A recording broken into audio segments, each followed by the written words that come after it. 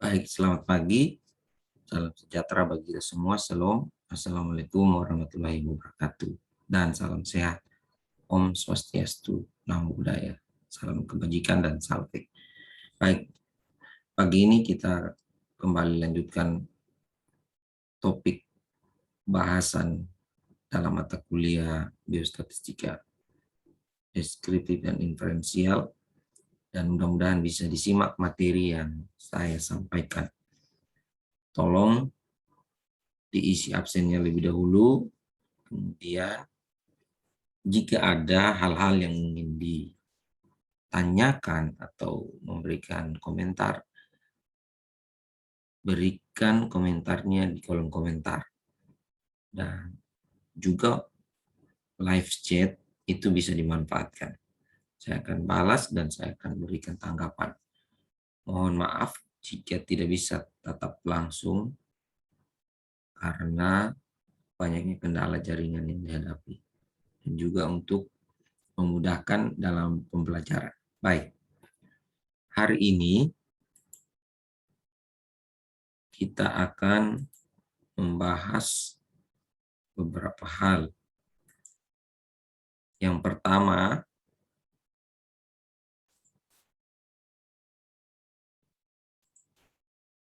adalah terkait dengan distribusi sampel atau distribusi sampling. Ini adalah kelanjutan. Sebelum estimasi yang kemarin sebenarnya ada pokok bahasan ini juga yang harus kita pahami dan juga berguna pada bagaimana kita mengetahui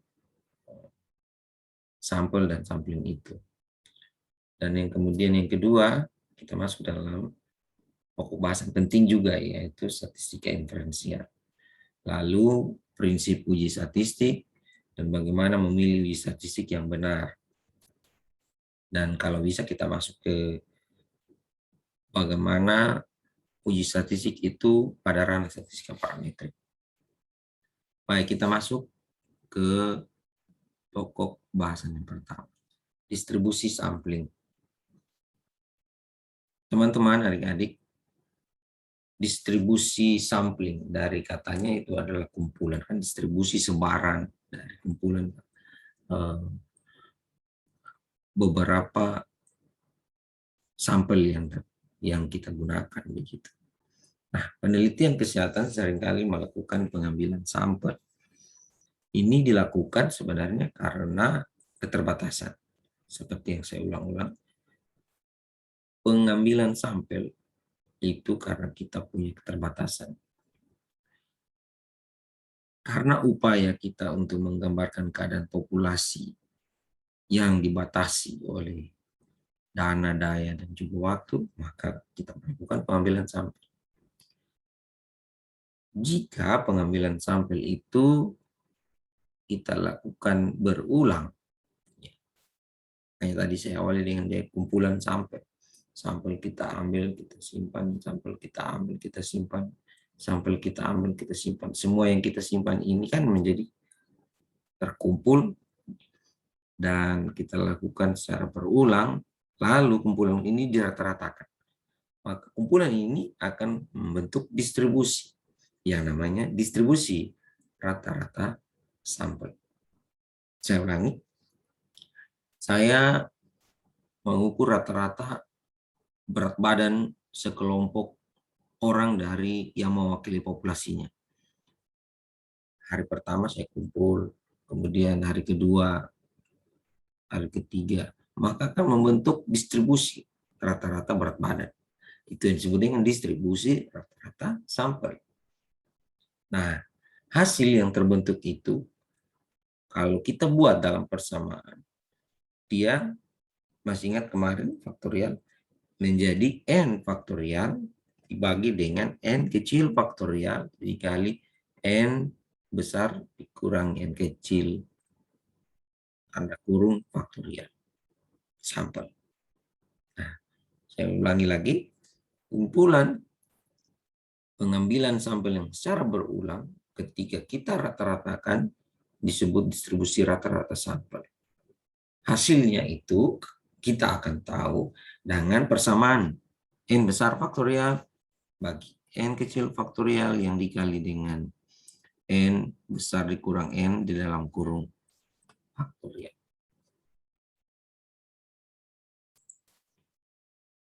Distribusi sampling ini sebenarnya adalah distribusi dari rata atau mean sampel yang diambil secara berulang pada sebuah populasi. Jadi ingat, distribusi itu adalah kumpulan nilai dari satu populasi yang sifatnya menyebar. Distribusi kan penyebaran, ya menyebar. Gitu. Dalam grafik kurva X dan Y merupakan titik-titik, ya sumbu X dan Y, masih ingat ya, grafik kurva X dan Y. Sementara mean itu adalah nilai rata-rata. Berulang, ya berarti tidak diambil sekali, diambil berulang-ulang. Nah, selanjutnya kita masuk pada sifat distribusi sampling itu sendiri. Yang pertama, jika sampel random yang berukuran N diambil dari populasi normal, di mana mean atau yang kita biarkan simbol adalah mu dan varian atau biasa juga S kuadrat atau sigma kuadrat, maka distribusi sampling harga mean akan mempunyai mean atau mu dan varian sigma kuadrat dibagi dengan N atau standar deviasi sigma dibagi dengan akar N. Nah, standar deviasi distribusi sampling harga ini dikenal dengan standar error. Ya, biasa kita baca di buku-buku itu disingkat misalnya adalah SA. Standar error ini diartikan sebagai seberapa besar penyimpangan atau kesalahan, error, ya, besarnya penyimpangan atau kesalahan akibat Anda atau saya atau peneliti keliru dalam pengambilan sampel atau teknik sampling kita, begitu. Nah, itu yang harus kita pahami. Standar error itu adalah besarnya penyimpangan atau kesalahan akibat kita mengambil sampel. Ya, persamaannya adalah standar deviasi dibagi dengan akar N. Ya, SD itu adalah standar deviasi dibagi dengan akar N. Nah, jika populasi kita berdistribusi normal, maka distribusi sampling rata-rata juga normal. Ya, minggu lalu saya sudah perkenalkan tabel Z. Tabel Z itu ya adalah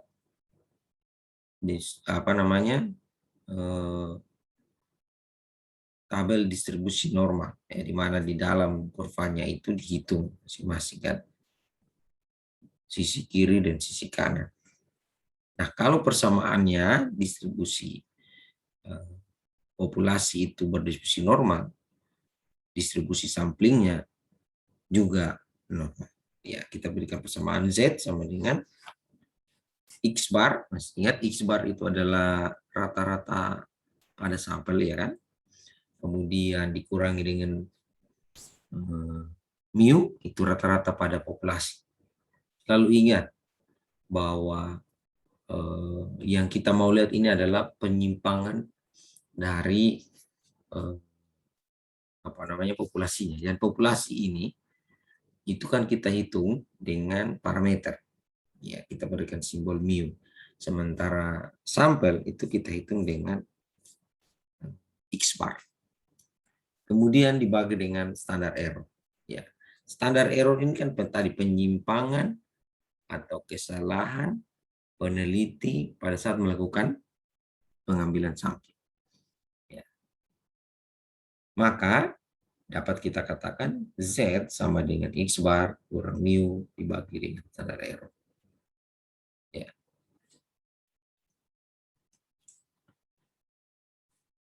Apabila populasi berasal dari distribusi yang sembarang atau bisa dikatakan adalah kita tidak tahu atau bukan berdistribusi normal, maka distribusi mean-nya akan mendekati distribusi normal.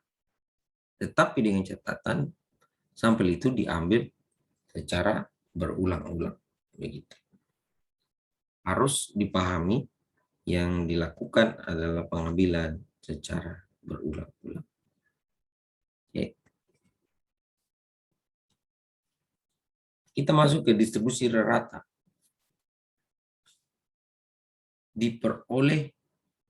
Distribusi rata ini diperoleh melalui pengambilan sampel secara berulang. Sehingga kemungkinan sampel yang dapat diambil dari populasi tersebut dapat terpenuhi. Dalam menghitung rata sampel, yang kita lakukan adalah nilai rata-rata yang dihasilkan berbeda-beda. Sehingga dapat disusun sebuah distribusi. Yang tadi saya katakan adalah distribusi rata sampel.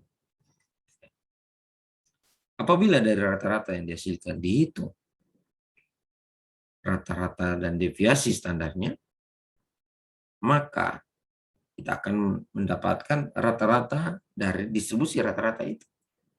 Saya ulangi, jika dari rata-rata yang sudah kita hasilkan itu kita hitung pula rata-rata dan standar deviasinya, maka akan dihasilkan rata-rata dari distribusi rata-rata yang kita berikan simbol mu x bar, ya, dan standar deviasinya adalah sigma x bar.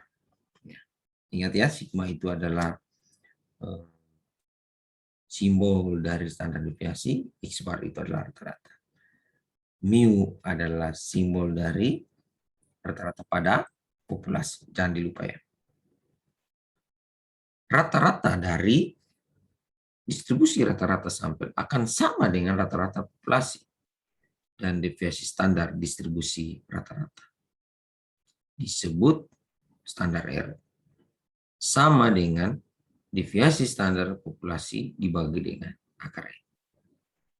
Ya, mu X sama dengan mu. Dan sigma X sama dengan sigma per akar N. Ya. Kalau tadi standar deviasi per akar N. Kalau ini adalah sigma per akar N. Ya, N itu ya banyaknya responden atau subjek. Pengambilan sampel secara berulang dari sebuah populasi yang berdistribusi normal memiliki standar error, memiliki ciri standar error akan lebih kecil jika dibandingkan dengan simpangan baku populasinya. Dan makin besar sampel, maka makin kecil standar errornya. Maksudnya bagaimana itu, Pak?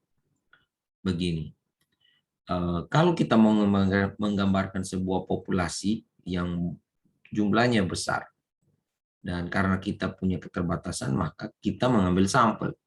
Dari populasi yang besar ini, kalau kita menggunakan sampel terlalu kecil, maka bisa jadi sampel itu tidak mewakili atau tidak menggambarkan populasi, ya kan? Maka haruslah pengambilan sampel ataupun besar sampelnya memadai dalam pengertian tidak terlalu kecil, ya, untuk supaya kita bisa menggambarkan populasi. Ya, memang kita terbatas untuk melihat atau menilai semua populasi, tetapi kita ada penggunaan sampel itu sebagai langkah ilmiah begitu. Tetapi kalau terlalu kecil maka bisa jadi kita standar errornya besar, maka perlulah sampel itu diperbesar. Ya, kalau kita punya kemampuan mendekatilah populasinya, tapi karena kita terbatas digunakan rumus besar sampel. Dan rumus besar sampel yang ada itu untuk menghindari juga sampel yang terlalu kecil, minimal begitu. Ya, jangan sampai kita memperkecil sampel, standar errornya yang besar, kan tidak baik. Oke, nah, ini permisalan contoh.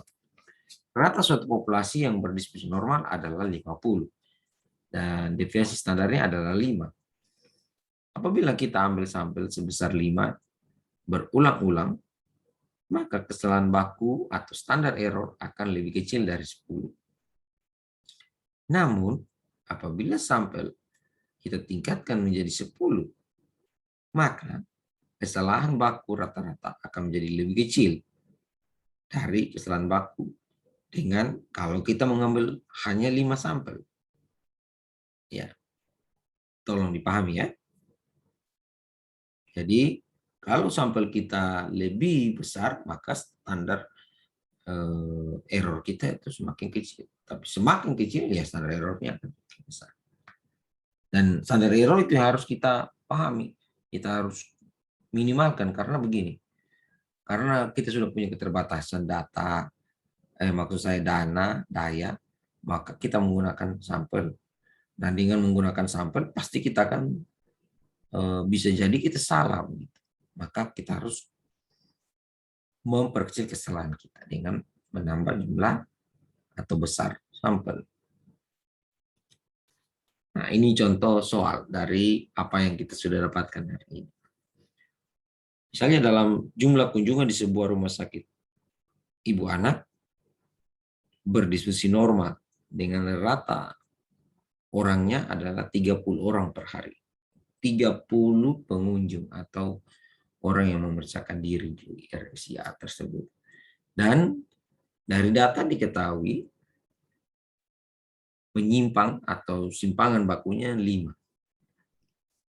Direktur ataupun direktris rumah sakit itu ingin menghitung peluang atau probabilitas rata kunjungan antara 28 sampai dengan 32. Dia mau menduga apakah kunjungan itu dari 28 sampai dengan 32.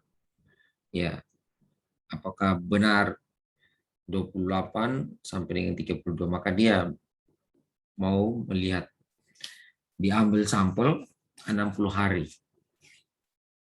Dia mencatat selama 60 hari itu berapa sebenarnya kunjungan harian. Ya, taruhlah 1 bulan hari kerja dia catat. Misalnya September, Oktober. Dia mulai dari tanggal 1 dia catat berapa yang datang, tanggal 2, tanggal 3 dan seterusnya sampai bulan Oktober selesai. Nah, dia kumpul semua. Dia membuktikan betulkah kunjungan itu ada di antara 28 sampai 32. Apa maksudnya sebenarnya ini? Untuk dia mengetahui dan menyiapkan logistik. Oh, berarti setiap bulan ini saya harus siapkan antara 28 sampai 32. Itu maksudnya. Yang diinginkan adalah kita menghitung standar errornya. Lalu kita mentransformasi rumus ini ke distribusi normal standar. Ya, distribusi normal standar yang tadi itu Z sama dengan X kurang mu per standar error. Kemudian hitung nilai Z dengan rata 28 dan 32. Lalu kita cari luas dalam kurva distribusi normal yang kita sudah pakai atau distribusi Z yang minggu lalu itu. Kemudian kita hitung hasil perhitungannya itu dijumlahkan. Ya.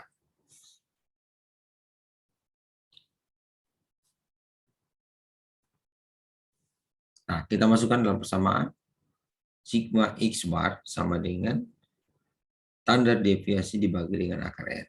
Standar deviasi tadi dari soal itu 5. Ya, simpangan bakunya. Kemudian N itu banyaknya hari atau yang diambil itu adalah 2 bulan kan. Akar dari 60 didapat 7,74. Jadi 5 dibagi dengan 7,74. Sama dengan hasilnya adalah 0,65. Itu baru unsur sigma X. Ya. Sementara kan kita mau transformasi ke distribusi yang normal. Di mana distribusi yang kita pakai ada distribusi Z. Tabel Z. Sama dengan X bar dikurang mu dibagi dengan sigma. Menjadi sigma yang kita pakai adalah 0,65 atau sigma X bar ini.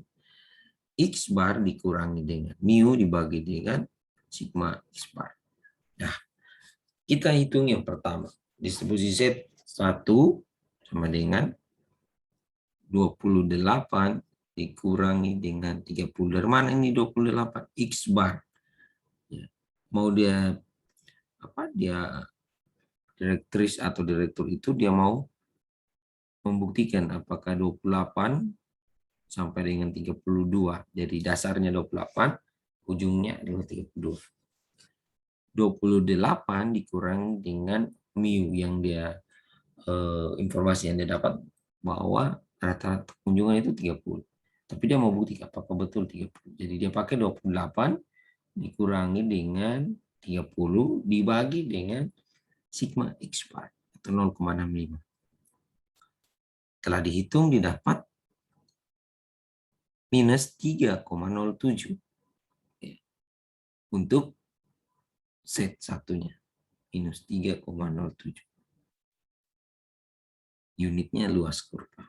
Kemudian Z yang kedua sama dengan 32 dikurangi 30 dibagi dengan 0,65. Ya, hasilnya positif 3,07 luas kurva. Nah, probabilitas untuk memperoleh jumlah pengunjung antara 28 dan 32 orang per hari adalah 3 minus 3,07 plus 3,07. Minus dan plus itu kita bukan penjumlahan secara matematik begitu, tetapi kita harus perhatikan dia berada di sisi kiri dari kurva. Ya, jadi dia ada di bagian kiri dari distribusi Z dalam kurva normal yang ada, itu di sisi kiri, jadi dia min begitu. Kemudian 3,07 ada di sisi positif. Sehingga kalau kita perhatikan berapa, kalau kita presentasikan itu nilainya 3,07 itu 6,14 atau 0,061. Kalau kita pakai persen berarti 6,1%. Dalam gambarnya seperti ini. Ya. Min 3,07 ada di sisi kiri. Ya, itu adalah jumlah. Kalau kita taksir itu kan 28 kunjungan. Ya. 3,07 ada di sisi kanan dari kurva grafik ini. Itu jika kita taksirnya adalah 32. Nah, area yang tidak diarsir itu yang kita perhatikan ya. 0,061 atau 6,1% itu ada di bagian area yang tidak diarsir. Bagian area yang diarsir ini nilainya adalah 100% dikurangi 0,06 itu. Ya, itu sekitar berapa itu? 0,06 100 kurang 0,06. Itu adalah area yang diarsir. Karena luas area di bawah kurva ini adalah 100% atau sama dengan 1. Dianggap begitu. Oke.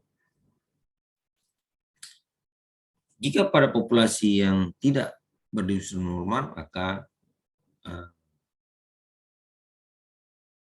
pendekatannya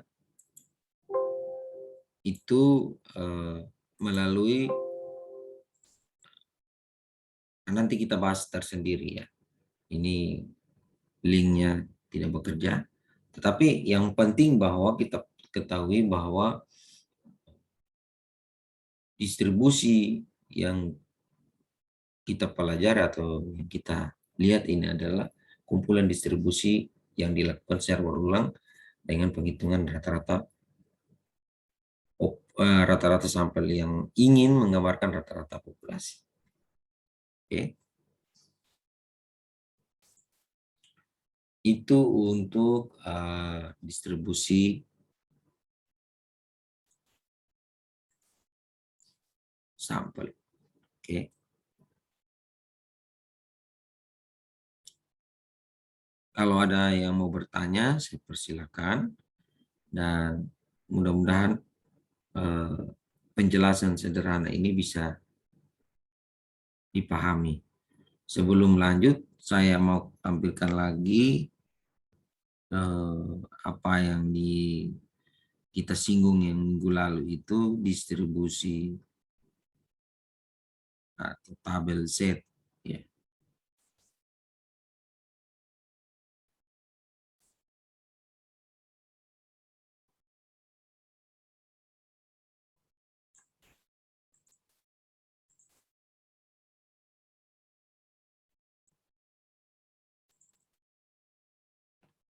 Ya, ini adalah nilai yang minggu lalu juga sudah saya tampilkan, nilai di dalam distribusi normal yang kita biasa pakai atau distribusi Z. Masih ingat ya? Z alfa per 2, 0,05 dibagi 2 dapatnya 0,0025. Itu ada di 1,96. Dari sisi kiri ini kita lihat 1,9, dan kita lihat di kolom bagian sisi baris bagian atas itu, ini titik itu adalah 0,0. Ya. Jadi kalau kita pakai alfa 0, saya perbesar dulu. Kita sepakati alfa kita adalah 0,05 dengan keyakinan 95%, berarti kalau kita pakai persamaan yang kemarin alfa, Z alfa per 2 berarti 0,05 bagi 2, jadi 0,025.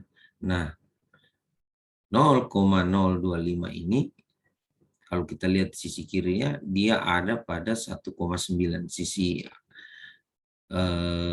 atas, baris atas itu ada di 0,06, atau kalau kita baca menjadi 1,96. Ya, itu 0,025. Oke. Ini adalah peluang di bawah distribusi. Semua nilainya sudah dihitung.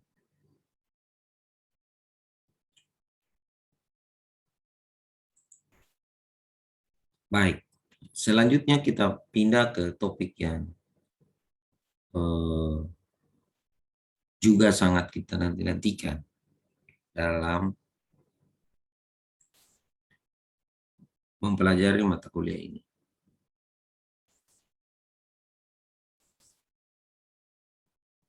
Ya, ini penting menjadi bahan yang harus kita pelajari, yaitu prinsip uji statistik dan bagaimana memilih uji statistik. Nah, sebenarnya uji statistik dilakukan untuk menentukan apakah ada perbedaan atau hubungan yang terlihat pada sampel itu benar-benar terjadi. Ya, kenapa? Banyak orang yang bertanya-tanya awal mula kenapa menggunakan uji statistik. Sebenarnya karena itu kita mau melihat apakah betul-betul yang ada hubungan atau perbedaan-perbedaan pada sampel yang kita pakai untuk melihat populasi itu benar-benar ada, atau hanya karena kebetulan terjadi waktu kita pengambilan sampel itu hubungan dan perbedaan itu terjadi begitu. Hasil uji statistik bisa berupa probabilitas atau kemungkinan peneliti memperoleh hasil seperti pada sampel, atau lebih ekstrim, lebih apa ya? Ekstrim itu nilainya lebih tinggi atau lebih rendah begitu. Ya. Maka sebenarnya hasil uji statistik itu adalah probabilitas bagaimana peneliti memperoleh hasil seperti pada sampel atau nilainya bisa lebih besar atau lebih kecil jika hipotesis nolnya benar. Materi terkait hipotesis tolong dibaca ya, baca sendiri bagaimana itu hipotesis. Tapi nanti akan banyak mata kuliah dan juga akan mungkin saya ulang lagi. Dan bagaimana itu hipotesis statistik dan bagaimana itu hipotesis penelitian, jangan sampai salah. Saya kira makanya saya minta itu dibahas atau dibaca sendiri. Nah, kita masuk ke bagaimana pemanfaatan atau aplikasi uji statistik. Misalnya, ada sebuah penelitian mau mengetahui hubungan antara kejadian anemia dengan kejadian berat badan, berat bayi lahir rendah begitu. Kemudian hipotesis yang ditetapkan dari awal atau hipotesis nolnya adalah tidak ada hubungan antara kejadian anemia dan anemia maksudnya di sini adalah kejadian anemia pada ibu hamil dengan berat bayi lahir rendah.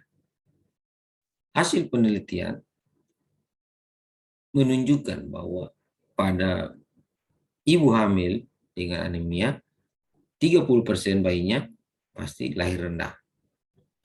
Sementara pada bumil yang tidak anemia 15%-nya bayi lahir rendah. Nah, melihat kenyataan-kenyataan seperti ini kita perlukan uji statistik untuk melihat peluang pernyataan baik bumil anemia dan bumil non anemia itu sejalan. Ya. Maka kita melakukan kita seperti dalam memprediksinya, menduganya begitu. Probabilitas yang bumil anemia dan non anemia itu benar atau tidak begitu. Maka kita perlu istilahnya kita membuktikan begitu. Kita perlu nilai P. Ya, ini sekalian juga saya mau menjelaskan. Ya, nilai P jika kecil maka salah satu pernyataan keliru atau salah. Atau bisa dikatakan hipotesis nol salah. Jika nilai P-nya besar,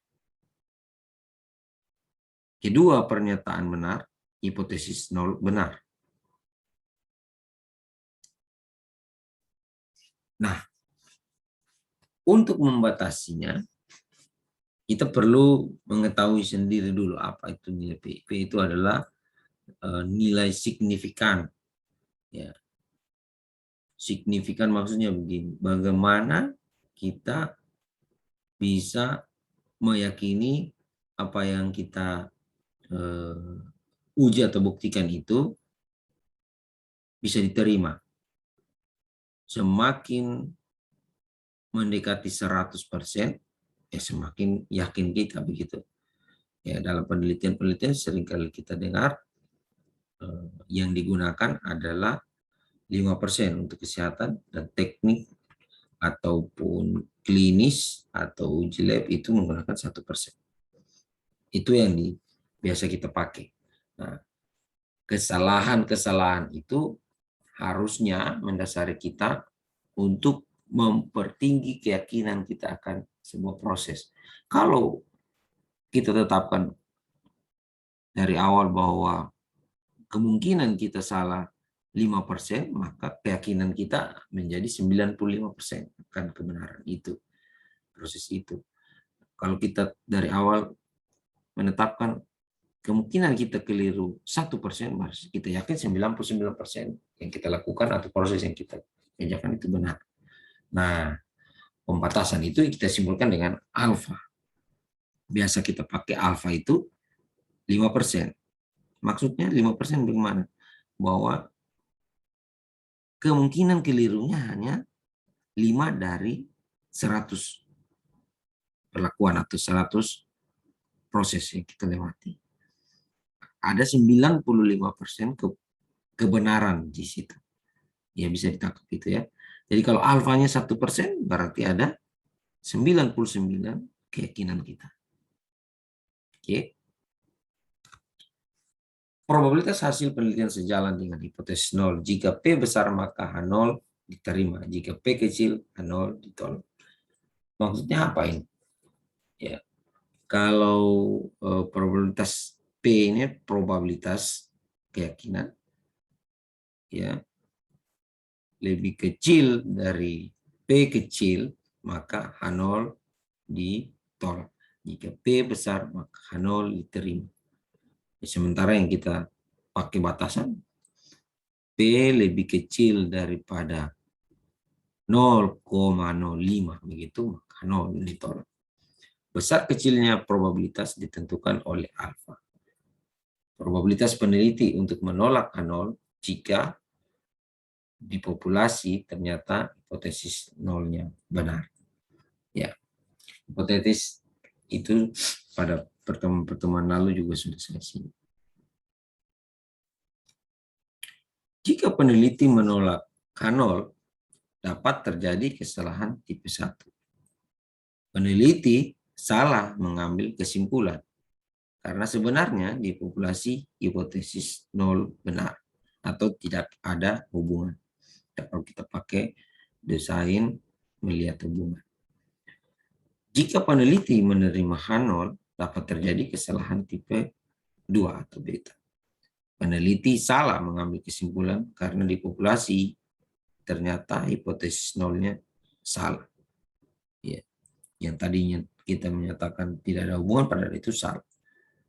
Dan ternyata ada hubungan. Oke. Yang perlu kita ketahui, signifikansi statistik tidak sama dengan signifikansi secara substansi. Maksudnya bagaimana? Perbedaan yang kecil dapat signifikan secara statistik karena penggunaan sampel yang besar. Oke. Ya, ini contoh. Kebiasaan minum teh, kita mau lihat hubungannya dengan PJK atau penyakit jantung koroner. Kita mengambil sampel 200 orang. Nah, kita bikin tabulasi silang atau tabel silang.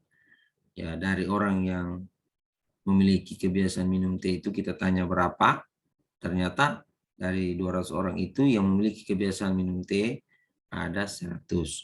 Kemudian yang tidak memiliki kebiasaan itu juga 100. Dan kemudian kita lihat dari responden kita yang 200 itu, ternyata yang mempunyai riwayat penyakit jantung koroner itu 22 orang, dan yang tidak 178. Menariknya, dari orang yang memiliki kebiasaan minum teh itu, ada 12 dari 22 yang memiliki riwayat 12 orang dari yang berpenyakit jantung koroner itu memiliki kebiasaan minum teh. Atau bisa kita juga baca, dari 100 orang yang memiliki kebiasaan minum teh, 12 diantaranya berpenyakit jantung koroner. Ya. Dari 100 orang yang tidak memiliki kebiasaan minum teh, ada 10 orang berpenyakit jantung koroner. Dari 100 orang yang memiliki kebiasaan minum teh, 88 orang tidak menderita penyakit jantung koroner.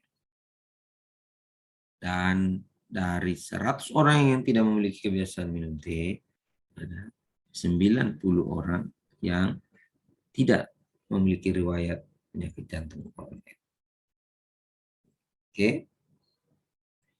Nah, peneliti ini dia bagi dua, ternyata ada yang minum teh dan ada yang tidak minum teh.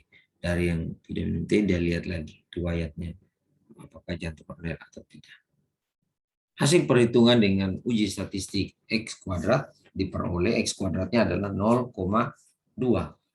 di mana nilai P-nya kalau kita menggunakan tabel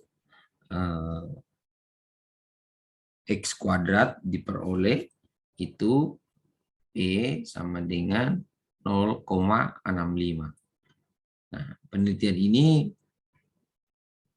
dia membuktikan apakah ada hubungan ya antara kebiasaan minum teh dengan penyakit jantung koroner. Kalau kita lihat hasil ujinya, ya ini nanti saya lompat dulu, nanti juga kita akan pelajari sama-sama pada statistika non. Kalau kita lihat ini nilai P-nya ini lebih besar daripada alfa kita. Ya. Maka kalau nilai P lebih besar daripada alfa, pasti itu tidak ada hubungan atau H0 diterima. Tapi kalau P lebih kecil daripada alfa 0,05, maka H0 ditolak atau ada hubungan. Nah, bagaimana hitungnya itu akan pada pembahasan. Ya. Kalau sampelnya dia perbesar, misalnya tadi kan 200, sekarang diambil 4.000. Kan 200 lebih kecil, 4.000 lebih besar. Ya. Ya lihat lagi berarti orang yang punya riwayat jantungnya akan jumlahnya akan semakin besar karena jumlah sampelnya yang dipakai juga besar. Ya. Ini dia tingkatkan besar sampel. Nah, kalau kita lihat seperti ini, dari tadi yang 200 itu tidak ada hubungan. Sekarang semakin dia kasih besar sampel, terjadi apa? Ada hubungan karena P lebih kecil daripada alfa. P lebih kecil daripada 0,05 atau P 0,04, dan rumus persamaan atau uji X kuadratnya didapat 4,09. Ya. Kalau kita lihat dari tabel atau soal ini, proporsi kejadian penyakit jantung koronernya sama dengan peneliti sebelumnya atau slide sebelumnya, tetapi jumlah sampelnya yang kita tingkatkan. Apa yang kita mau perhatikan di sini? Ternyata kalau kita semakin besar sampel, maka bisa jadi dia ada hubungan. Ada orang pakar statistik juga pernah mengeluarkan statement. Ini bisa juga kita mendapatkan hasil yang bias karena pertambahan atau besarnya jumlah sampel khusus di uji X kuadrat. Nah, itu dia mengkritisi uji X kuadrat. Ternyata untuk sampel-sampel kecil bisa jadi tidak berhubungan, tapi kalau kita perbesar sampelnya lalu ada hasilkan ada hubungan. Nah, yang perlu diperhatikan validitas, presisi dari penelitian kita. Ya, nanti bisa dibaca sendiri. Ya, uji statistik ada yang satu sisi dan ada yang dua sisi. Umumnya yang kita lakukan adalah total atau dua sisi. Kesimpulan yang didapat tidak menggambarkan arah. Ya. Contohnya ada perbedaan proporsi berat bayi lahir rendah pada kelompok ibu yang anemia dengan kelompok ibu yang tidak anemia. Ya. Dan software yang ada untuk melakukan uji statistik itu ya umumnya menggunakan uji dua sisi. Ya. Apa itu dua sisi? Ya, nanti silakan dibaca. Lebih jelasnya itu ada pada saat kita menentukan hipotesis atau jenis-jenis hipotesis.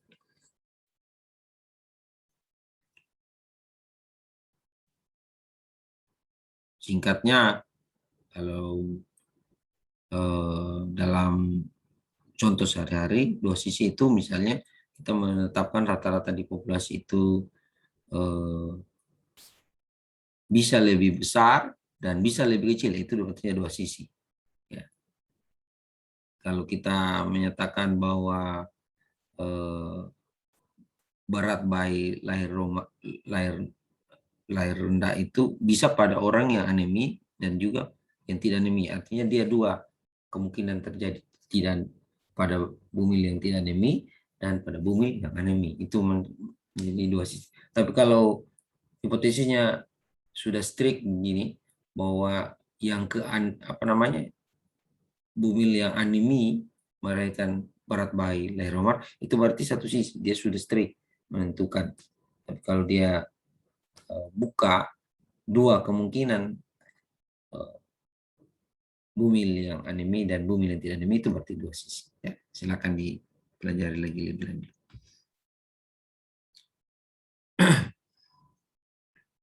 Uji statistik satu sisi, simpulannya menggambarkan arah. Ya. Maaf, ini one tile ya, bukan two tile. Proporsi BBLR pada kelompok ibu anemia lebih besar dari kelompok proporsi BBLR pada kelompok ibu yang tidak anemia. Besar sampel lebih kecil.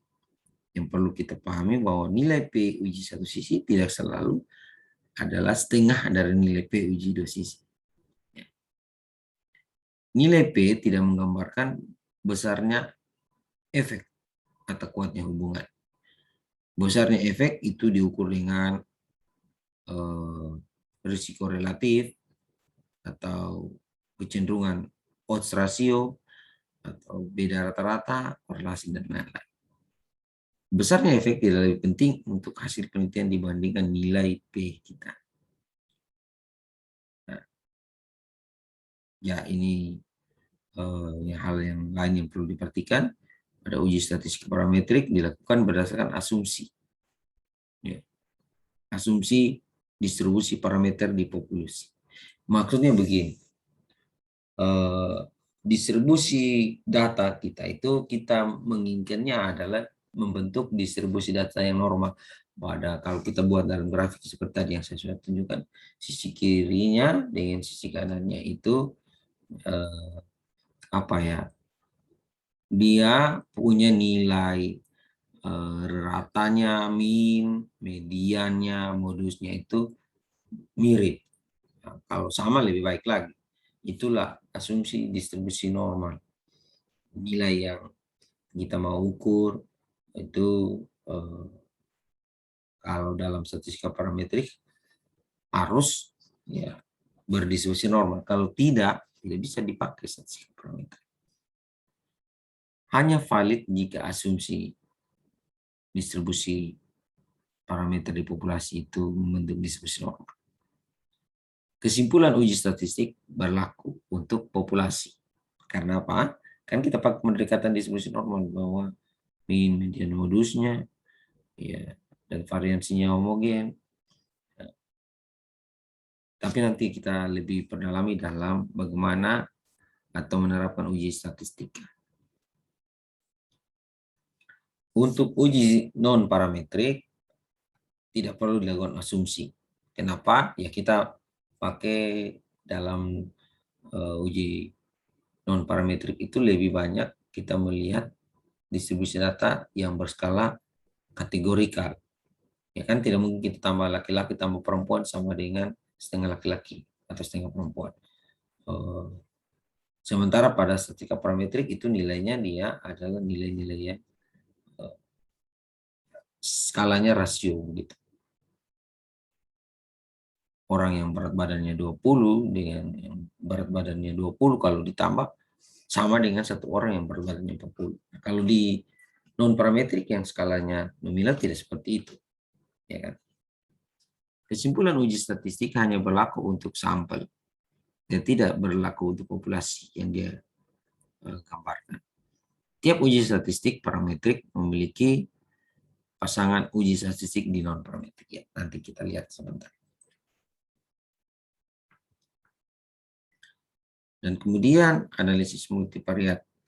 Ya, kalau dalam statistika parametrik, ya, biasa juga kita menggunakan skala rasio kan.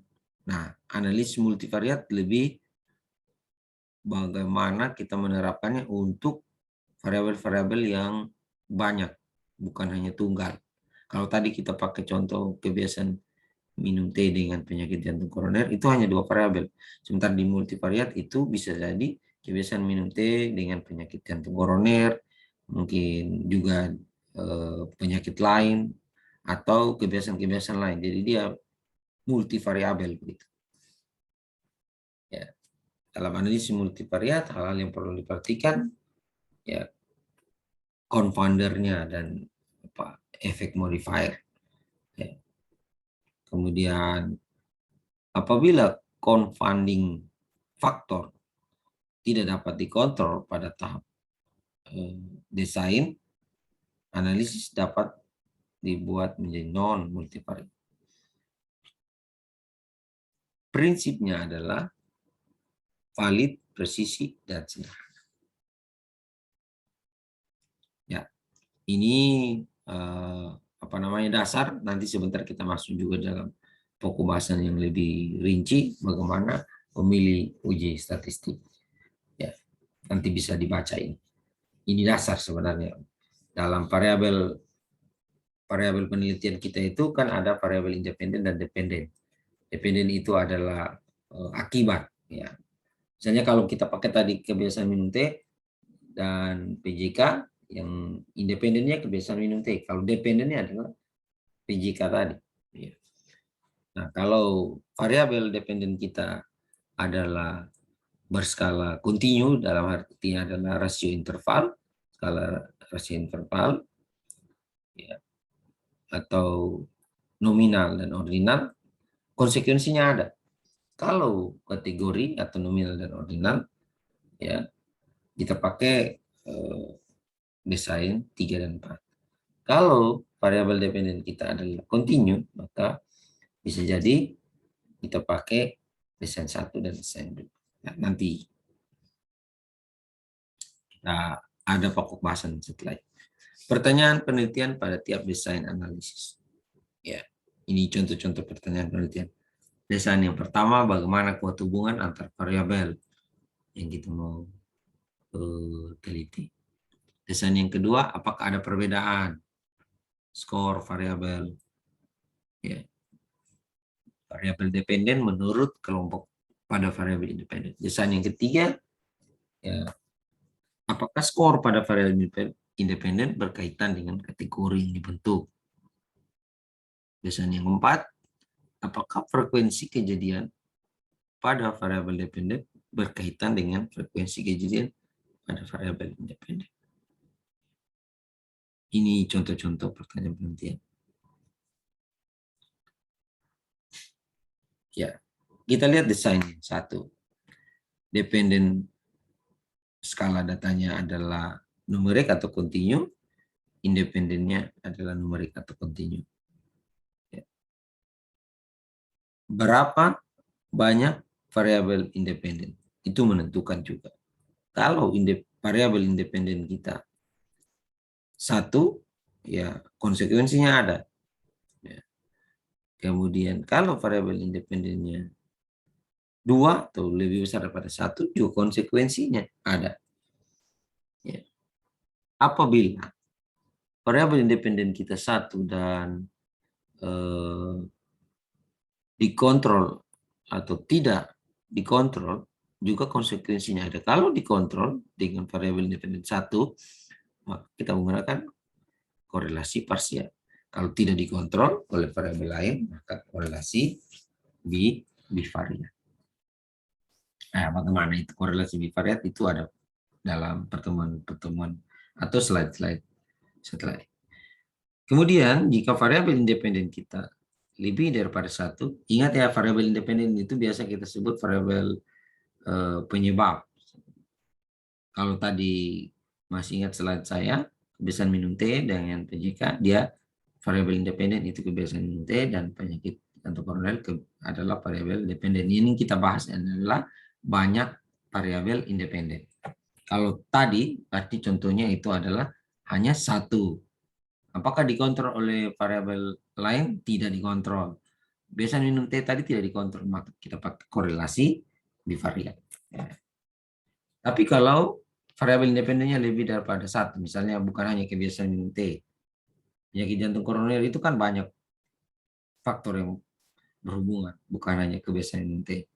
Misalnya malas gerak. Nah, kalau kita pakai variabel independen sudah 2, malas gerak dan kebiasaan minum teh, kita juga tahu ada konsekuensinya. Kalau dia tidak dikontrol, maka kita gunakan regresi ganda. Kalau kita mau lihat hubungan, maksud saya pengaruh antara kebiasaan minum teh dengan malas gerak terhadap penyakit jantung, kejadian penyakit jantung. Ya. Kalau dia dikontrol, maka ya konsekuensinya juga bisa menggunakan regresi ganda. Ya, ini nanti saya skip saja. Sebentar saya akan jelaskan lebih terinci pada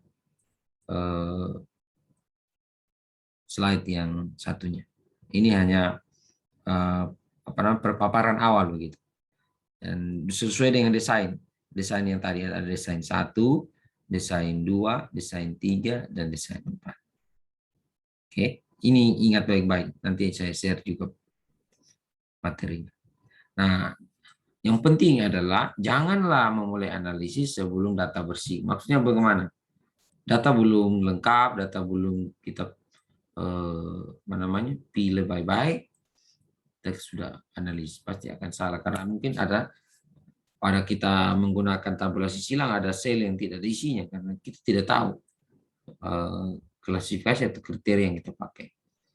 Jangan mulai analisis sebelum jelas tabel apa yang akan kita buat. Ya. Kemudian jangan langsung menggunakan tabel keluaran perangkat lunak statistik dalam laporan.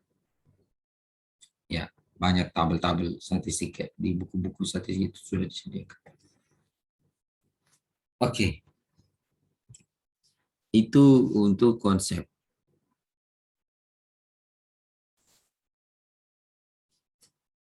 Baik, kita masuk kepada bagaimana memilih uji statistik. Nah, sebelum ke sana, pada pertemuan yang awal saya sudah menyatakan bahwa statistika inferensial itu terbagi atas 2, yaitu estimasi dan juga uji hipotesis. Yang lalu kita sudah belajar estimasi. Apa itu estimasi titik dan apa itu estimasi interval. Nah, sekarang kita melakukan uji statistik atau disebut dengan pengujian hipotesis. Di dalam statistika inferensial ini sangat penting. Ya, mohon disimak baik-baik supaya Anda tidak terjebak atau tidak salah. Gitu. Ya, sebenarnya uji hipotesis itu untuk melihat keterkaitan atau hubungan antar variabel di populasi. Kenapa disebut dengan uji statistik? Karena dari awal saya katakan statistik itu adalah nilai yang kita pakai untuk menggambarkan populasi. Ya, secuplik atau sebagian kecil dari populasi itu kita pakai, kita uji ya, untuk melihat gambaran populasi yang melalui keterkaitan hubungan ataupun mungkin perbandingan-perbandingan. Nah, pengujian hipotesis itu langkah-langkahnya. Yang pertama adalah kita menetapkan dulu hipotesis statistik kita. Sekali lagi, dalam operasional kita menggunakan hipotesis statistik. Tapi kalau penulisan skripsi yang seperti ini jangan ditulis, karena dalam penulisan skripsi yang kita butuh adalah hipotesis penelitian. Itu saya ulangi lagi. Atau karya ilmiah. Tidak perlu lagi di dalam sebuah karya ilmiah dituliskan simbol H0, H1. Tidak, karena itu operasional. Ya, sementara dalam penulisan hipotesis di penelitian itu hanya hipotesis H1 yang kita buat dalam redaksi kalimat atau biasa juga disebut dengan H alternatif. Ya, ini saya lewati. Kemudian yang kedua adalah kemampuan kita untuk menentukan kemaknaan dari penelitian kita. Ya biasa tadi saya katakan dengan alfa. Berarti kalau alfa yang kita pakai 5%, berarti maknanya adalah ada 95% keyakinan kita bahwa penelitian kita itu bernilai benar. Dan ada peluang salahnya kita itu sejumlah 5% saja. Gitu. Penelitian-penelitian kesehatan masyarakat itu lebih menggunakan 5%. Ya. Sementara yang klinik itu dia harus lebih presisi 1%. Gitu. Oke, 0,01, 0,05 dan juga 0,1. Paling sering itu adalah 0,05. Ya, ini sudah pernah ya, nanti dilihat lagi sendiri. Yang ketiga, dalam memilih uji statistik, Anda perlu memperhatikan yang pertama. Variabel kita itu ada ya, variabel dependen dan variabel dependen. Tentu skala pengukurannya ada begitu.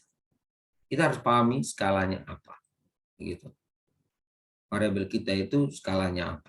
Kan hanya ada 4 skala ya, nominal, ordinal, interval, rasio. Di buku-buku lain mengatakan untuk nominal dan ordinal disebut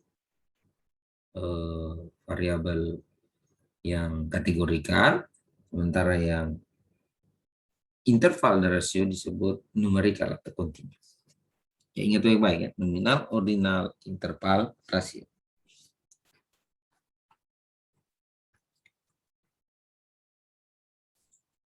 Ya, ini. Saya skip lagi. Kemudian yang kedua, kita harus tahu distribusi data kita. Untuk variabel-variabel yang skala datanya kontinu, yaitu interval dan rasio, skala data interval rasio, asumsi ini harus penting, harus kita pegang. Karena tadi saya sudah di slide sebelumnya, bahwa statistika parametrik yang mendasari skala data interval rasio itu distribusi data harus normal. Ya, kalau dia tidak normal, konsekuensinya jangan kita paksakan menggunakan uji-uji statistik pada skala data yang interval rasio atau yang kontinu. Harus pakai yang nominal ordinal. Kemudian yang ketiga, dalam memilih uji statistik, kita harus tahu, kita ini analisis kita ini adalah korelasi atau komparasi. Ya, tujuan hanya dua, komparasi atau korelasi. Melihat perbedaan atau melihat kaitan hubungan. Kemudian yang keempat, dalam memilih uji statistik adalah banyak atau besar dari sampel. Ya, jumlahnya bisa bebas atau bisa berpasangan. Jumlah sampel. Sampel yang dimaksudkan di sini adalah pasangan-pasangan kelompok-kelompok percobaan atau yang kita mau bandingkan. Ada yang bebas, ada yang berpasangan. Kemudian yang kelima, banyaknya variabel yang diamati atau banyaknya pengamatan. Dan yang juga biasa digunakan adalah melihat variansi. Ya, saya lewati ini distribusi normal, ya, di mana dia seperti bukit atau juga lonceng gereja, ya, dan simetris sisi kiri dan sisi kanan. Mean, median, modusnya itu equal. Equal itu maksudnya sama, ya, mirip begitu. Ya. Dan nilai-nilainya itu di bawah kurva nilainya 1 atau 100. Baik, kita mulai bagaimana strategi memilih uji statistik. Ini bagian yang penting. Kalau misalnya ini direkam, silakan diulang. Baik, kita awali dengan data kita. Jelas, tadi saya awali juga bahwa dalam pemilihan, dalam penelitian kita, pasti kita harus punya data yang sudah bersih. Gitu. Ya, data yang sudah bersih itu kan kita harus lihat variabel kita ini mana variabel independen, mana variabel dependen. Dan skala data kita itu apakah nominal, apakah ordinal, interval, atau rasio. Oke.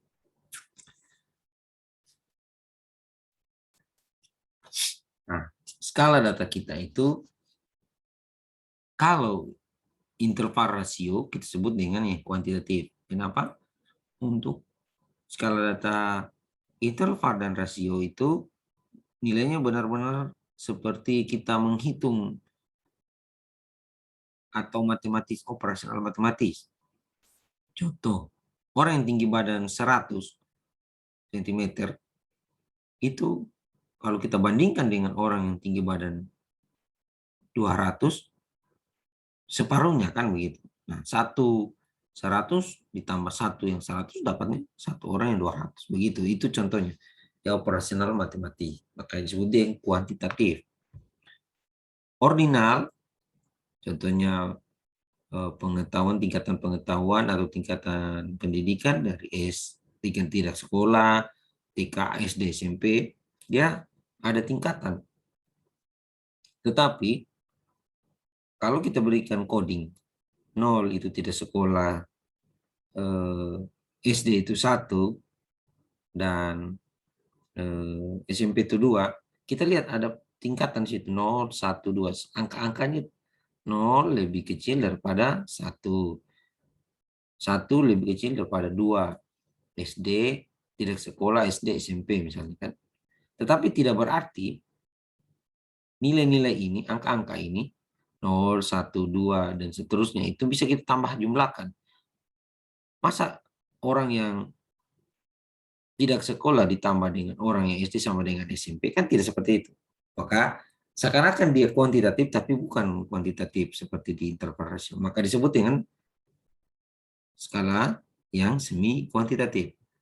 Nah, yang paling terakhir ini adalah nominal. Nominal dia tidak kuantitatif, dia kualitatif.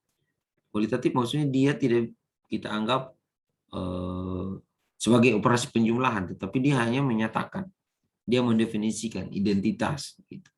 Contohnya, laki-laki, perempuan, jenis kelamin. Itu laki-laki tambah perempuan tidak bisa kita jumlahkan ya, dalam perhitungan statistika. Kemudian agama misalnya. Nah, Islam coding 1, Kristen 2, Katolik 3, Hindu 4, Buddha 5, Konghucu 6 misalnya. Dia tidak bisa kita hitung-hitung bahwa 4 tambah 3 sama dengan 7 atau 1 tambah 2 sama dengan 3 kan seperti itu.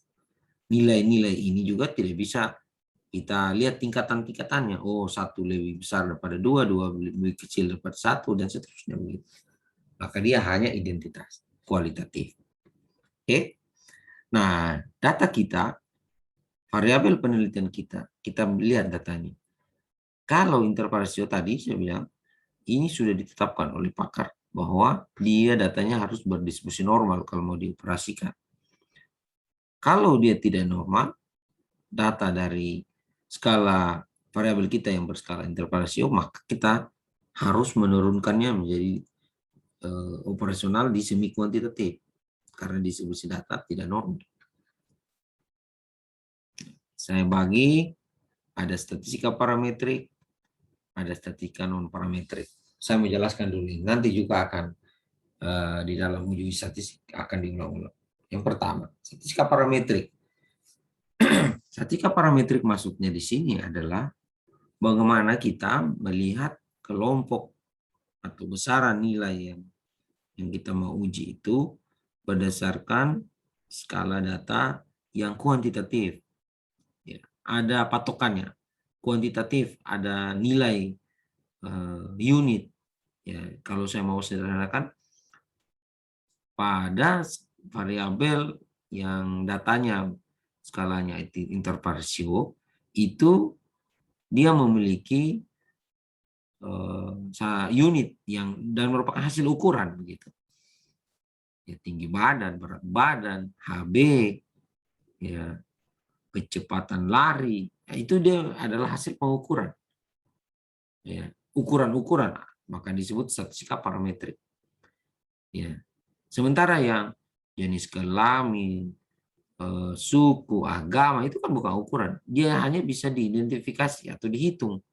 Orang yang suku Jawa misalnya 5, yang Bugis 6, itu hanya bisa diidentifikasi dan dihitung, bukan diukur.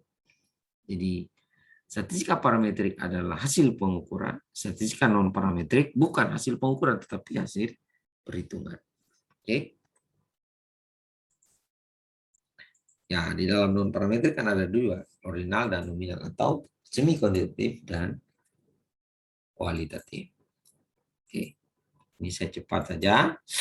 Nah, tujuan analisis kita itu ada dua, yaitu komparasi dan korelasi.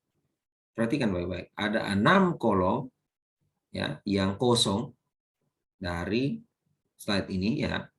Kita lihat statistika parametrik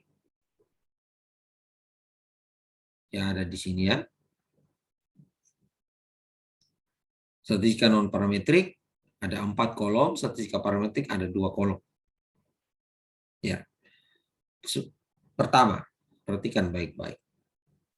Kalau misalnya ya, tujuan kita adalah komparasi ya. Maka untuk tujuan komparasi bisa jadi kita adalah ada di area statistika parametrik di kolom yang pertama, baris yang pertama. Kalau tujuan analisis kita komparasi dan data kita adalah ordinal, maka kita ada pada baris pertama kolom kedua. Ya kan? Kalau tujuan analisis kita adalah komparasi dan data kita adalah nominal, maka kita ada di baris pertama kolom ketiga. Ya. Saya kasih identitas saja supaya lebih jelas. Ya, ada 6 kolom yang harus kita perhatikan. Kalau tujuan kita adalah korelasi dan data kita adalah non parametrik kualitatif atau nominal, maka kita ada di kolom nomor 6. Oke, perhatikan baik-baik. Ada kolom pertama, ada kolom kedua, ada kolom ketiga, ada apa namanya? Kolom 4, 5, dan 6. Ya. Atau lebih tepatnya adalah sel 1, sel 2, sel 3, sel 4, sel 5, dan sel 6. Di mana sel 1 itu adalah tujuan analisis komparasi dengan data interval rasio. Sel 2, tujuan analisis komparasi dengan data berskala ordinal. Dan sel 3 adalah tujuan analisis komparasi berskala data nominal. Demikian juga sel 4 itu tujuan analisis adalah korelasi dan skala data interval rasio.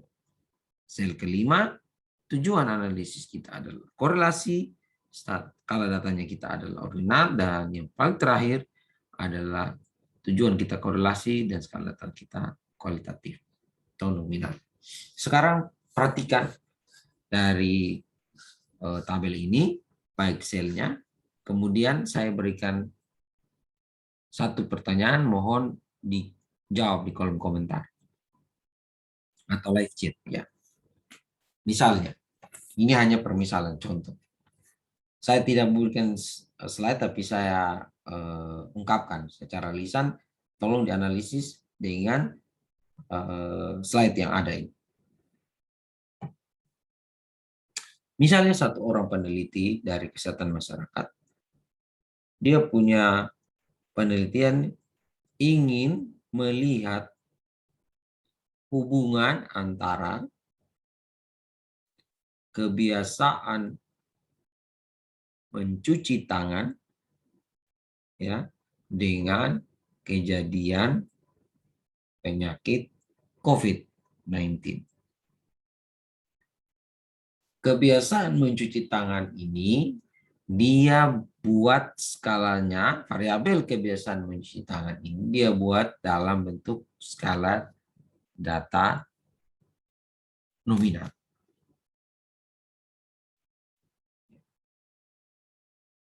Kemudian kejadian penyakit COVID-19 dia buat di dalam skala data nominal juga. Maksudnya sakit tidak sakit, begitu kan nominal ya. Ya. Kebiasaan mencuci tangan, biasa mencuci tangan, dan tidak mencuci tangan. Apa itu? Berarti itu kategori kantor. Nah, sebagai peneliti atau orang yang diminta misalnya, itu ada di sel mana atau di kamar mana? Saya ulangi soalnya. Seorang peneliti kesehatan masyarakat ingin melihat hubungan antara kebiasaan mencuci tangan dengan kejadian COVID-19. Bisa dipahami? Tujuannya adalah hubungan. Korelasi itu hubungan ya. Oke. Variabel kita, variabel independennya apa? Variabel independennya adalah kebiasaan mencuci tangan. Ya. Dengan skala data apa tadi? Nominal. Dan variabel penting, variabel dependen adalah kejadian COVID-19, skala datanya adalah nominal. Maka kita ada di sel berapa? Kamar berapa? Yang tepat adalah di kamar 6. Ya. Bagaimana di kamar 6? Karena apa? Tolong diperhatikan di slide ini. Di kamar 6 atau di sel 6 itu tujuan analisisnya adalah hubungan kan? Korelasi. Korelasi itu hubungan. Kaitan, pengaruh, hubungan, asosiasi itu adalah tujuan analisis korelasi. Dan variabel kita nominal. Ya, apalagi variabel dependen juga nominal. Maka kita ada di kamar nomor 6. Nah, kamar-kamar ini isinya sebenarnya uji-uji statistik. Nah, uji statistik di kamar nomor 1 ada beda dengan uji statistik di kamar nomor 2, uji statistik di kamar nomor 3, uji statistik di kamar nomor 4, 5, dan 6. Nah, oke. Saya ulangi, saya tambahkan lagi. Silakan dicermati. Seorang peneliti dari kesehatan lingkungan ingin membuktikan melalui perbandingan-perbandingan kecepatan aliran air pada saringan yang dia gunakan untuk menghasilkan air yang baku.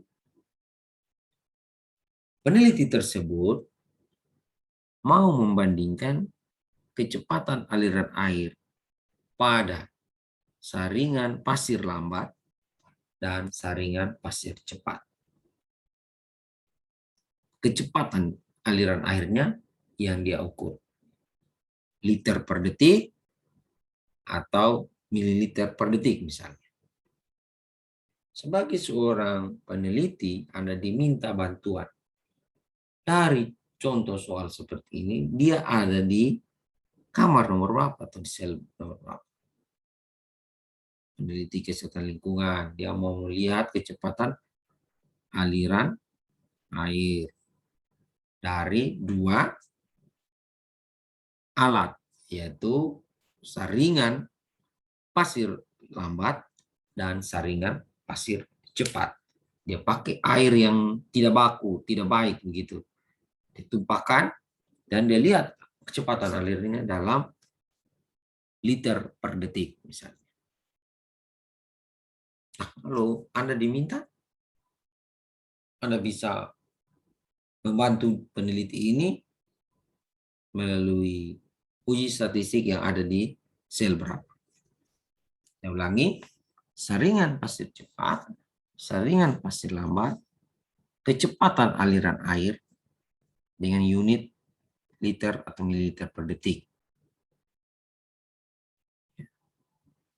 Dia mau membandingkan ini.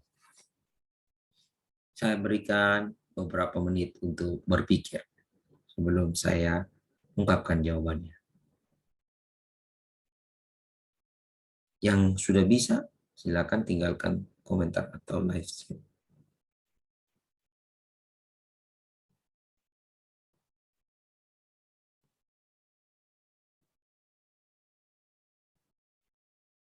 Saya ulangi, seorang peneliti kesehatan lingkungan ingin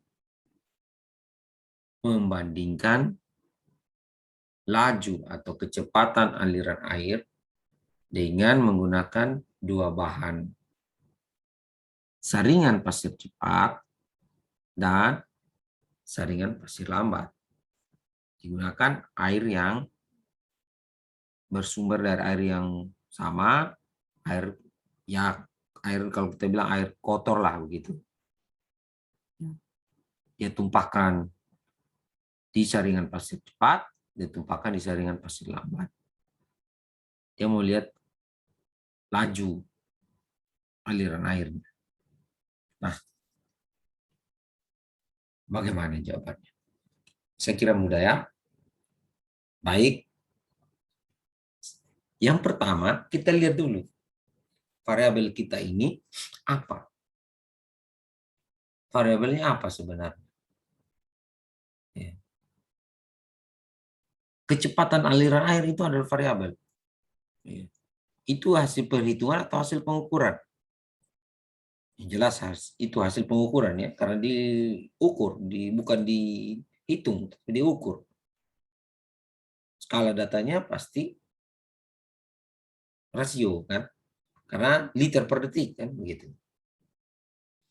Ya, itu adalah variabel penting bagi kita. Oleh karena itu, kita harus melihat sel ini. Oh, datanya ini adalah rasio. Kita tinggalkan kamar nomor 2, 3, 5, dan 6. Hanya ada dua kemungkinan, kamar nomor 1 dan kamar nomor 4. Sekarang kita lihat tujuan dari analisis tadi itu adalah apakah dia korelasi? Bukan kan? Dia adalah komparasi atau perbandingan. Dia membandingkan antara satu set alat penyaring yang disebut dengan saringan pasir cepat dan satu set alat penyaring saringan pasir lambat. Maka dengan demikian, ya data kita, skalanya kita sudah ketahui, dan tujuannya sudah kita ketahui, maka dia ada di kamar nomor atau sel nomor 1. Ya. Bisa dipahami ini ya? Oke. Untuk latihan, saya berikan kesempatan, silakan dicatat atau ditulis, dan dijawab. Lebih cepat, lebih baik. Ya. Dengarkan. Soalnya begini. Seorang peneliti ingin melihat pengaruh pemberian vitamin C dan zinc serta vitamin D pada penyembuhan atau pengobatan pasien COVID-19. Saya ulangi, seorang peneliti ingin membuktikan atau melihat pengaruh pemberian vitamin C, vitamin D, dan juga zinc atau seng pada penyembuhan atau pengobatan perawatan pasien COVID-19. Anda diminta untuk membantu memilih sel atau uji statistik di bagian mana. Saya ulangi, orang peneliti ingin membuktikan pengaruh pemberian vitamin C, vitamin D, dan juga zinc terhadap penyembuhan pasien COVID-19. Silakan. Tambahan informasi, variabel yang menjadi independen itu kan pemberian vitamin C. Dan variabel dependennya adalah penyembuhan atau perawatan pasien COVID. Masing-masing skalanya untuk pemberian vitamin C itu rasio, ya kan? Berapa kadar vitamin C-nya, berapa kadar vitamin D-nya, zinc-nya, dan skala datanya untuk penyembuhan pasien COVID itu adalah kategori sembuh,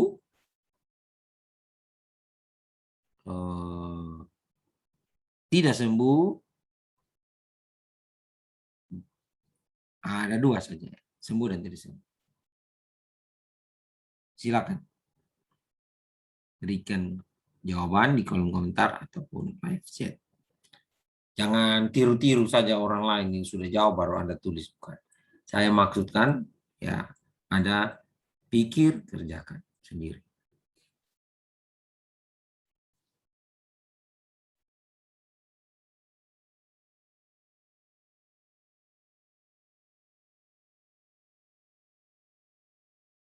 Upayakan dikerjakan sendiri.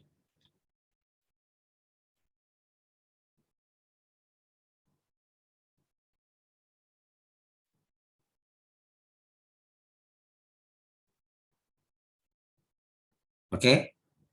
Sudah bisa? Sebaiknya ditulis supaya langsung bisa dilihat begitu dikerjakan. Kalau hanya mendengar, pasti tidak bisa. Saya ulangi, seorang peneliti ingin membuktikan atau melihat pengaruh pemberian vitamin terhadap penyembuhan pasien COVID-19. Ya, baik. Jawabannya adalah ada di kamar nomor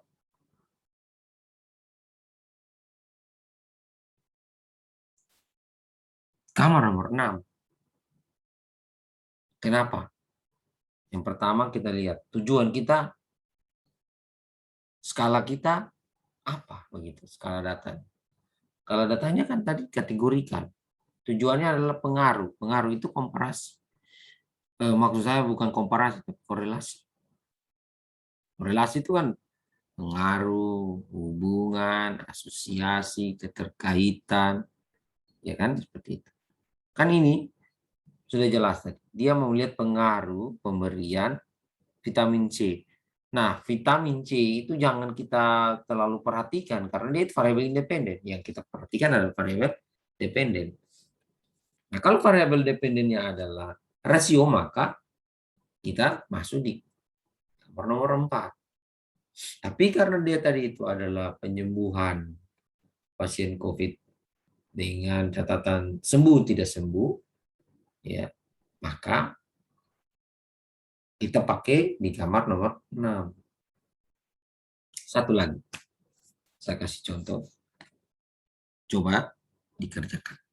Mudah-mudahan bisa Anda pilih sendiri. Yang sudah benar, saya berikan apresiasi, terima kasih. Ya, dan yang belum benar, mohon belajar ulang-ulang. Ada satu penelitian ingin melihat dan membandingkan tingkatan pengetahuan ibu hamil, tingkatan pengetahuan sekelompok ibu hamil yang diberikan training senam hamil. Nah, kelompok ibu hamil itu diberikan training senam ibu hamil.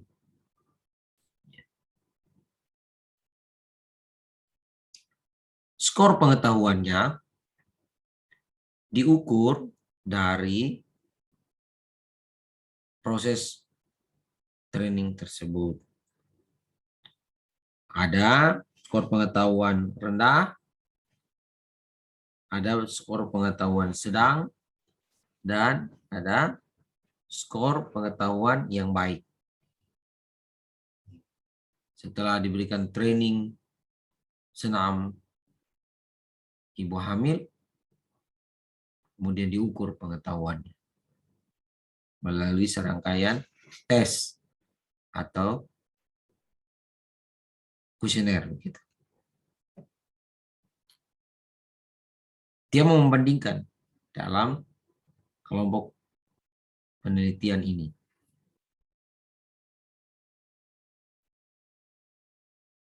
Anda diminta untuk membantu. Kira-kira pada kamar nomor berapa? Dari soal yang ini.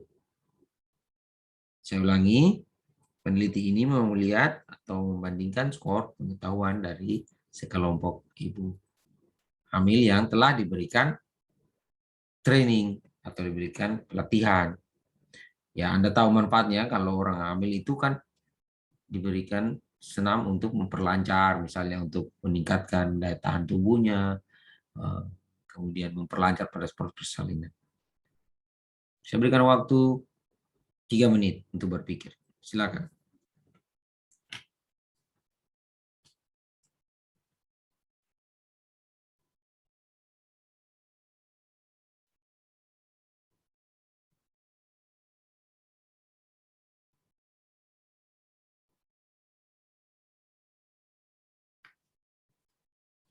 Bagaimana? Sudah ketemu?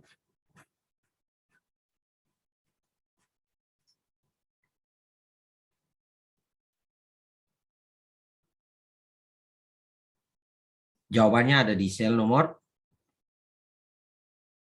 di kamar atau sel nomor 2. Ya, saya ulangi, di sel nomor 2. Kenapa?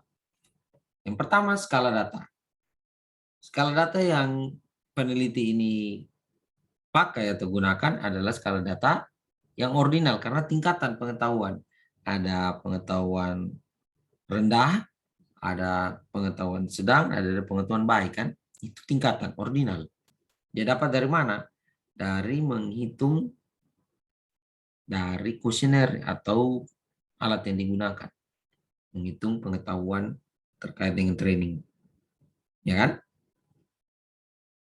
Kemudian yang kedua, yang kita perhatikan tujuan dari penelitian ini.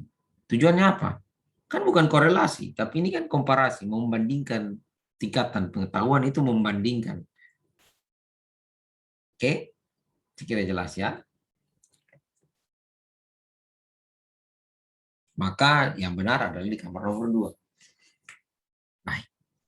Nah, tadi saya katakan semua kamar-kamar ini, baik kamar nomor 1, kamar nomor 2, kamar nomor 3, itu sebenarnya adalah berisi uji statistik. Ya. Kalau Anda perhatikan kamar-kamar itu, kamar nomor 1 itu dia dari uji T satu sampel sampai dengan ANOVA sama subjek ini. Itu kamar nomor 1. Statistika parametrik itu komparasi dari uji T satu sampel, uji T data berpasangan, uji T 2 sampel bebas, ANOVA one way, ANOVA some subject. Itu. Perhatikan baik-baik itu. Ya, itu kamar nomor 1. Terus kamar nomor 2 dengan tujuan analisis komparasi, skala datanya adalah ordinal, maka ada di sini. Kolmogorov, Smirnov satu sampel, Wilcoxon, Sein-Rank test, Wilcoxon-Mann-Whitney test, Kruskal-Wallis test, dan Friedman-ANOVA. Itu kamar nomor 2. Kamar nomor 3, apa kabar? Nah, di X kuadrat satu sampel, McNemar, X kuadrat Fisher eksak. uji X kuadrat Koch-Krans Q. Ya. Berapa? Kamar nomor 4. Korelasi produk momen, person, korelasi person, dan regresi linear. Ya, ini mungkin yang sering kali Anda dengar. Untuk kamar nomor 5, korelasi dari Spearman, dan regresi ordinal atau regresi non-parametrik. Dan kamar nomor 6 yang paling sering kita pakai adalah uji asosiasi. Ya. Pak, berarti kalau kita perhatikan di sini, korelasi ini hanya ada koefisien kontingensi, koefisien pi, koefisien kappa, koefisien lambda, dan juga regresi logistik. Tapi Pak, biasa saya dengar kalau seminar atau apa orang menggunakan X kuadrat. Nah, hati-hati. X kuadrat sebenarnya itu uji komparasi ada di atas. Ya. Ini uji korelasi. Maksudnya uji komparasi X kuadrat ini. Ya. Ada uji X kuadrat yang 1 sampel, ada uji X kuadrat yang sampelnya 2, ya, ada yang lebih daripada 2. Kenapa? Biasa saya dengar uji asosiasi atau uji hubungan itu pakai X kuadrat. Nah, sebenarnya uji korelasi atau asosiasi itu hanya ada ini. Tapi kalau Anda perhatikan koefisien kontingensi, koefisien pi, dan lain-lain ini, dalam persamaannya itu mendasari perhitungan X kuadrat yang ada di atas. Maka seringkali ditarik-tarik. Oh, X kuadrat itu juga uji asosiasi. Tapi ingat, keliru besar kalau ternyata pada saat kita menerapkan uji X kuadrat dan dia signifikan ada hubungan, tetapi kita tidak lanjutkan dengan uji asosiasi, maka sebenarnya yang kita buat adalah bukan bertujuan korelasi, tapi hanya bertujuan komparasi. Nah, kembali ke pertanyaan, kita ini mau uji korelasi atau komparasi? Ya, itu yang penting bagi kita. Nah, kalau soal tadi itu kan yang kita pelajari, ya mudah-mudahan masih dicatat ya. Yang awal-awal tadi itu, kebiasaan mencuci tangan dengan kejadian COVID-19, itu kan kita bilang di kamar nomor 4. Ya, kebiasaan mencuci tangan dengan COVID-19 tadi itu, kita bilang hubungannya di kamar nomor 4. Coba kita perhatikan, mana yang di kamar nomor 4? Berarti uji asosiasi koefisien apa? Koefisien kontingensi atau koefisien pi? Nah, bagaimana itu koefisien pi, koefisien kontingensi itu akan saya jelaskan nanti. Pada statistika non parametrik. Mungkin itu setelah UTS. Ya. Nah, persoalan nomor 2 tadi mengenai saringan pasir. Ya, saringan pasir cepat dan saringan pasir lambat. Itu kalau kita perhatikan tadi ada di kamar nomor 1 toh ini. Ya, sekarang di kamar nomor 1 ini ada banyak uji. Mana yang kita mau pakai? Nah, sekali lagi saya mau katakan, pada saat kita memilih uji, kita juga harus memperhatikan jumlah sampel atau pasangan unit yang kita perhatikan. Apakah unit itu bebas atau berpasangan? Pak, tolong jelaskan apa itu jumlah sampel, apa itu bebas dan berpasangan. Sekarang perhatikan, soal yang saya pakai tadi itu adalah saringan pasir. Ada 2 kan? Saringan pasir cepat dan saringan pasir lambat. Nah, itu yang disebut dengan sampel. Kelompok percobaan kita tadi itu saringan pasir ada 2. Maka jumlah sampel pasangan 1 kita tinggalkan, jumlah pasangan lebih daripada 2 kita tinggalkan. Kita fokus pada jumlah sampel yang 2 ini. Pak, sekarang bagaimana? Apakah itu berpasangan atau bebas? Sekarang saya kembali ke contoh yang tadi. Saringan pasir cepat dan saringan pasir lambat, kita menggunakan apa itu? Air baku dari sumber yang sama, ya kan?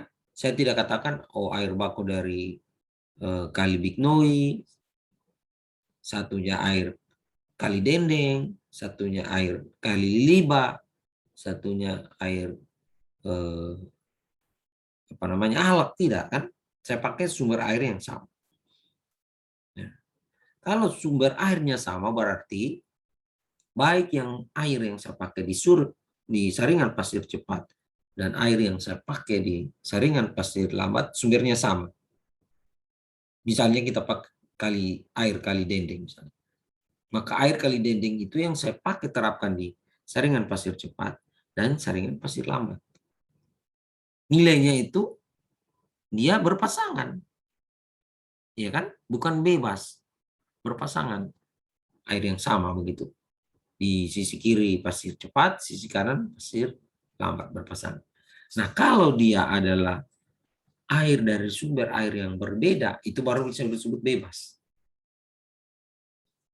Jumlah sampelnya 2, tetapi dia bebas.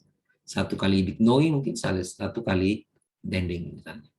Tapi ini kan sama-sama Kali Dendeng, maka disebut berpasangan. Bisa dipahami itu bebasnya? Ya, bebas itu berarti dia tidak satu sumber begitu. Oke? Nah, dengan demikian maka uji T data berpasanganlah yang kita akan gunakan. Karena di kamar nomor 1 dengan sampelnya 2 dan dia berpasangan. Kalau misalnya airnya dari air yang sumber air yang berbeda, maka digunakan uji T 2 sampel bebas. Pak, kalau misalnya untuk contoh yang jumlah sampel pasangan 1 maksudnya apa? Ya kalau kita hanya pakai satu saringan pasir cepat saja, tanpa saringan pasir lambat, maka itu 1 sampel. Tidak perlu, kalau 1 sampel tidak lihat kita lagi pasangan atau bebas kan. Pak, kalau yang ini, yang jumlah pasangan sampel lebih daripada 2, bagaimana itu contohnya?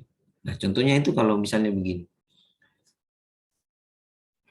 Saringan pasirnya kita tidak hanya 2. Dia mungkin saringan pasir cepat, saringan pasir lambat, atau saringan yang pakai modern, ya, yang sudah pakai dari pabrik.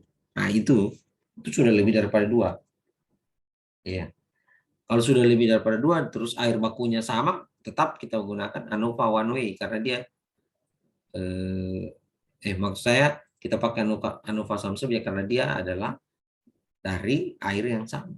Tapi kalau satu dari misalnya sumber air yang modern, maksudnya saringan yang modern itu digunakan Kali Dendeng, sumber saringan pasir cepat yang menggunakan sumber air dari Kali Big Noi, saringan pasir lambat menggunakan Kali Liba, itu berarti bebas. Itu disebut dengan ANOVA satu arah. Ya, kalau berpasangan itu pada 2 sampel, kalau berhubungan itu lebih daripada 2 sampel. Paham maksudnya ya? Saya ulangi, kalau berpasangan itu misalnya pasir cepat dan pasir lambat. Kalau kita pakai contoh lain misalnya motor dengan sepeda, ya itu pasangan, gitu. Tapi kalau yang lebih daripada 2 sampel itu bisa motor, sepeda, jalan kaki. Nah, itu sudah lebih daripada 2. Kalau tadi saringan modern, saringan pasir cepat yang manual, dan saringan pasir lambat. Itu sudah lebih daripada 2. Ya. Kalau ketiga airnya sama, berarti dia berhubungan. Ya. Tapi kalau airnya berbeda, dia bebas. Begitu. Oke, mudah-mudahan bisa dipahami. Kalau kita lihat contoh yang nomor 3 tadi, mengenai pengaruh pemberian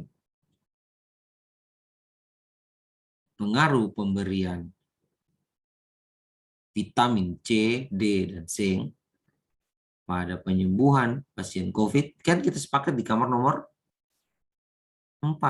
Nah, saya mau katakan di sini, kalau sudah pakai pengaruh, itu kita tidak pakai lagi asosiasi. Kenapa? Pengaruh itu sudah setingkat lebih dari asosiasi. Dasar dari pengaruh itu adanya asosiasi. Maka yang digunakan adalah regresi logistik. Ya, regresi logistik. Bisa dipahami ini ya? Apa itu regresi? Ya, dia bisa memprediksi adanya pergerakan dari variabel pertambahan variabel dependen akibat dari variabel independen. Kalau vitamin C-nya ditambah, apakah dia lebih sembuh, atau variabel vitamin D-nya dikurangi, apakah dia lebih cepat sembuh, dan seterusnya. Itu regresi. Ya, bisa dipahami itu ya. Ya, nanti kalau ada yang belum dipahami, tolong berikan komentar. Jangan japri begitu. Tolong dimanfaatkan. Diberikan komentar, ditanyakan, jangan malu-malu. Oke? Ya, kita tidak ada yang sempurna kan. Kita mesti perlu saling melengkapi. Saya pun juga seringkali keliru. Baik. Nah, ini saya singkat. Untuk uji statistik tujuan komparasi, sampelnya itu harus atau kelompoknya harus dipahami. Yang untuk satu, skala pengukuran distribusi data hanya satu. Yang dua, bebas berpasangan. Ya, yang lebih dari dua, bebas berpasangan. Atau disebut dengan kalau sudah lebih dari dua, bukan berpasangan, itu berhubungan. Untuk korelasi, ada hubungan yang simetris. Ya, ada hubungan yang sebab akibat asimetris. Maksudnya simetris itu apa? Simetris itu dia bisa bolak-balik antara variabel independen dan variabel dependennya. Saat ini saya bilang ada hubungan antara COVID-19 dengan hubungan mencuci tangan dengan COVID-19. Tapi penelitian juga bisa menegaskan bahwa COVID-19 berhubungan dengan kebiasaan mencuci tangan. Nah, atau pendidikan dengan ekonomi misalnya. Penelitian lain, ekonomi dengan pendidikan. Dia bisa bolak-balik, itu simetris. Itu cocok untuk korelasi. Tapi, kalau hubungan asimetris, dia sebab akibat. Variabel independen hanya penyebab variabel dependen. Tidak bisa dependen menyebabkan variabel independen. Begitu. Oke. Contoh tadi. Pemberian vitamin C berpengaruh terhadap penyembuhan. Ya kan? Tidak bisa dibalik. Oh, penyembuhan vitamin C itu berpengaruh terhadap pemberian vitamin C. Tidak bisa. Ya. Oke, itu yang disebut dengan sebab akibat. Sebab ada duluan, baru akibat. Tidak bisa akibat dulu, ada baru sebab. Oke. Ya, semua yang asimetris dipakai regresi. Ya, supaya jelas ya, apa itu korelasi dapat regresi. Kemudian setelah kita memilih uji statistik, selanjutnya adalah operasionalisasi atau uji-uji penghitungan. Lalu kita menarik kesimpulan dengan berdasarkan hipotesis atau kita melihat uji statistik itu dengan melihat tingkat kemaknaan atau disebut dengan P tadi itu. Secara umum, penolakan dan penerimaan hipotesis itu bisa kita ambil jika rumus statistik kita atau nilai statistik uji lebih besar pada nilai tabel. Atau kalau misalnya kita pakai software, nilai kemaknaan kita lebih kecil daripada alfa. Maka H0-nya itu bisa ditolak. Ya. Kalau H0 ditolak berarti ada hubungannya. Kalau H0 diterima berarti tidak ada hubungan. Berbeda dengan kenyataan sehari-hari. Kalau misalnya si A lagi menaksir seseorang, ya, kalau ditolak berarti tidak ada hubungan. Tapi kalau di statistik, 0 ditolak ada hubungan. Nah, untuk hari ini cukup. Semoga bisa bermanfaat. Selanjutnya, persiapkan diri untuk pertemuan-pertemuan selanjutnya. Untuk latihan, silakan uji coba sendiri kamar-kamar yang tadi, dan kalau bisa saling mengingatkan atau berbagi begitu supaya bisa sama-sama paham. Oke, sampai di sini. Pertemuan selanjutnya kita bedah lagi uji-uji statistik, mana uji statistik parametrik, statistik non parametrik ya. Tolong dibaca juga sebelum kita belajar supaya lebih paham. Sampai di sini, Tuhan memberkati. Wassalamualaikum warahmatullahi wabarakatuh. Om Swastiastu, Namo Buddhaya. Salam kebajikan. Salam sehat.